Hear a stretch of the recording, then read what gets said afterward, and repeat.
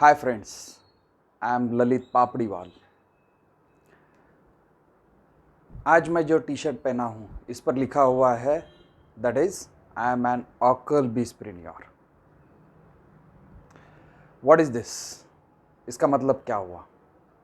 Occult बीस्प्रेन्योर, कुछ दिन पहले हमने एक बिजनेस वर्कशॉप किया था। उसमें यह हमें बताया गया था कि आप ऑकल बीस्प्रेन्योर हो। What is the theme behind this? इसके पीछे का लॉजिक क्या है? तो इसके लिए मैं एक छोटी सी कहानी आपसे शेयर करना चाहूँगा। कहानी को आप सुनिए, आपको भी लगेगा कि आप किस तरह की ज़िंदगी जी रहे हो और आप क्या बनना चाहते हो। यह कहानी है एक लॉयन की, एक गीज़ल की। दोनों भी रोज़ सुबह उठते हैं। लॉयन भी उठता है, गीज़ल भी उठता है। दोनों को ज़िंदगी जीना है। क्यों जीना है? गीज़ल को अगर ज़िंदगी में जीवित रहना है तो उसको लॉयन की शिकार से बचना पड़ेगा, और लॉयन को अगर जीवित रहना है तो उसको गीज़ल का शिकार करना ही पड़ेगा। अभी देखिए, एक गीज़ल का स्पीड कितना होता है? एक गीज़ल का मैक्सिमम स्पीड होता है 90 टू 98 किलोमीटर्स पर आवर, और जनरली जो गीज़ल का स्पीड होता है वो होता है 60 किलोमीटर्स पर आवर का। लायन का speed, general speed 60 kilometres per hour का। अगर लायन मैक्सिमम कैपेसिटी से भी दौड़े तो भी उसका स्पीड होता है 80 किलोमीटर्स पर आवर। गीज़ल का स्पीड इससे भी ज़्यादा है, 98 किलोमीटर्स पर आवर। गीज़ल का स्पीड ज़्यादा होने के बावजूद भी गीज़ल लायन का शिकार कैसे बनता है? क्यों क्यों बनता है लायन गीज़ल का, सॉरी, लायन गीज़ल का शिकार कैसे करता है? तो अभी देखिए, जब भी अगर गीज़ल भागता है और लायन उसको शिकार करने के लिए भागता है तो गीज़ल उसके मैक्सिमम स्पीड से भागता है और लायन भी उसके मैक्सिमम स्पीड से भागता है। पर बीच में कहीं लायन थोड़ा सा उसका स्पीड अगर कम कर दे तो गीज़ल पीछे देखता है कि मेरे पीछे आने वाला जो लायन है उसका स्पीड कम हो चुका है, तो वो उसका स्पीड कम कर देता है। और स्पीड कम करने के कारण लायन इसी भाव में होता है कि मैं अभी गीज़ल को जपेट लूँ, और लायन गीज़ल का शिकार करता है। अब आप सोचेंगे इस कहानी का मीनिंग क्या हुआ? आप खुद की ज़िंदगी में इस कहानी को कैसे रिलेट कर रहे हो? मैं भी उस गीज़ल की तरह था। I am off line of that गीज़ल।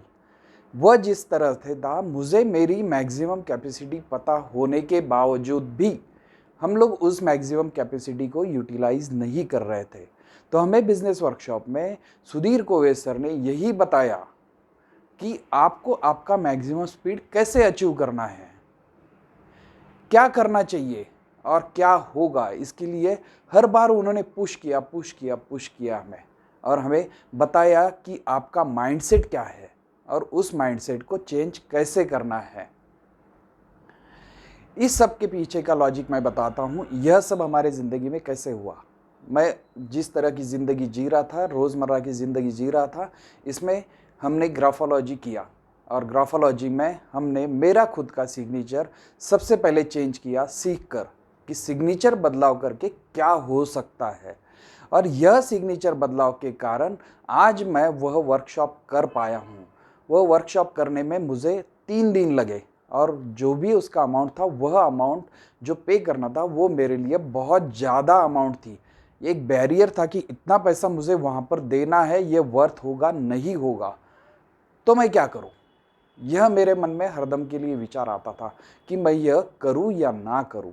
हम लोग क्या सोचते हैं, मुझे वहाँ पे 3 दिन देना है तो 3 दिन मेरा यहाँ का बिजनेस हैम्पर हो जाएगा।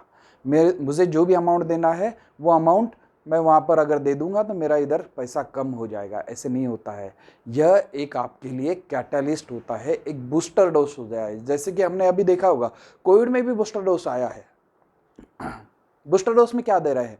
ऑलरेडी जिन्होंने कोविड के 2 डोज लिए हुए हैं उन्हें और भविष्य में कुछ ना हो इसलिए बूस्टर डोज दिया जा रहा है। ऐसे ही यह बूस्टर डोज होता है।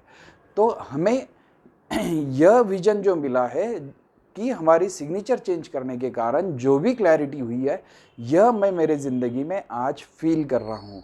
तो मैं आपसे भी यही अपील कर रहा हूँ कि आप भी आपके सिग्नेचर और हैंडराइटिंग का एनालिसिस करवाइए। हम भी एक ग्राफोलॉजिस्ट है और हम लोग इसमें काम कर रहे हैं, आपको इसमें हम लोग गाइड कर सकते हैं। अगर यह सब चीज़ें आपको मेरी अच्छी लगी है तो मेरे इस चैनल को आप लाइक कीजिए, सब्सक्राइब कीजिए और शेयर कीजिए। Thank you.